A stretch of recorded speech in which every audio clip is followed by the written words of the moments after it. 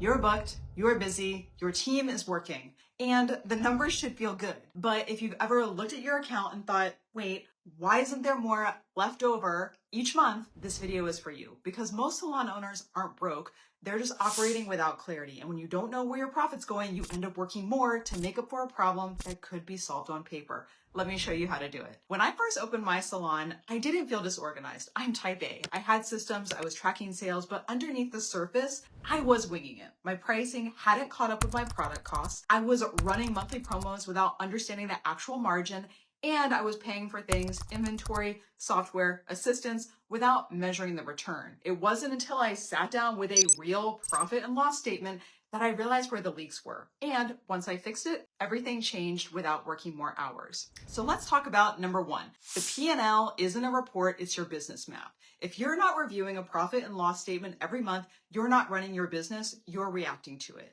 And so a good P&L shows you what's coming in, broken down by revenue stream, what's going out across fixed and variable costs, what's left over, AKA your actual profit. Most stylists only look at deposits and expenses, but that doesn't show the truth of your numbers. The P&L is the difference between working hard and working smart. Now let's talk about number two, break out your revenue streams. Let's talk about where your income is actually coming from and how to track it with intention. You should have at least 3 distinct revenue streams on your P&L, not because it looks good, but because each one impacts your profit differently. Core services such as haircuts, color, chemical services. This is your high-touch, time-intensive income. It's consistent, but it also costs the most to deliver. Number two, retail sales. This should be tracked separately. Retail often carries a 40 to 50% profit margin, and once your guests trust your recommendation, you can generate meaningful profit without trading time for money. 3, add-ons and packages. Think memberships, seasonal bundles, VIP upgrades. These increase your average ticket and deepen loyalty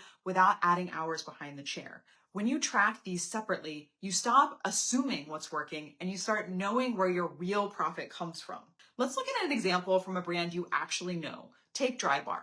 They didn't scale by just doing more and more blowouts. They exploded growth by tracking and then expanding their product line, which eventually landed in Sephora and major retailers nationwide. Blowouts were the entry point, but the retail arm was the scalable, high-margin engine behind the scenes. They knew exactly how much revenue came from services versus retail, and they used that clarity to guide how and where they grew. That is the level of intentionality you want in your salon business, even if you're a team of one. Because once you know which stream is strongest, you can double down without guessing. Number 3, expenses that drain profit fast. Now, here's where most of the margin gets eaten, your expenses. If you've ever felt like you're making great money, but somehow it doesn't translate into take-home profit, this is usually why. And I'll be honest with you, I went through this myself a lot. I was about 9 months into running a full salon. We were busy, things felt awesome, solid, but when I sat down to look at my P&L with fresh eyes, I noticed something weird. There was a small line item under inventory and supplies that looked fine on the surface, but when I zoomed out over the last 3 quarters, it had quietly ballooned to over $7,000. And the worst part, it wasn't for anything strategic. It was random stockpile ordering. Extra glosses, extra color, new tools I might need, and backup versions of things I already had. I now literally have over 300 packs of Post-it notes because somebody went ham on the office supplies order. Luckily, my love language is Post-it, so this will eventually get used. But my point is this, each purchase felt small and justifiable at the time, but collectively it was bleeding profit. I wasn't over ordering because I was careless. It was just happening because I didn't have clarity and honestly, I wasn't paying attention. And that's when I realized even small recurring expenses, if left unchecked, will wreck your margins over time. So here are a few areas to double check right now. Inventory blue. Are you buying just in case or just in time? Big difference. Color cost creep. Are you actually tracking how much it costs to do your most popular color services? Support staff inefficiencies. Is your team actively generating ROI or just keeping the day running? Maybe you don't need that support if it's not actively generating profit. And of course, let's not forget tools, rent, software, subscriptions. When you're not reviewing these things monthly, small leaks become silent drains. The goal here isn't always to cut, but it is to recalibrate. So every dollar you spend is moving the business forward, not padding your supply closet. Number 4, profit margin reset. Let's talk about what good actually looks like. Here's a simple margin reset that I walk clients through.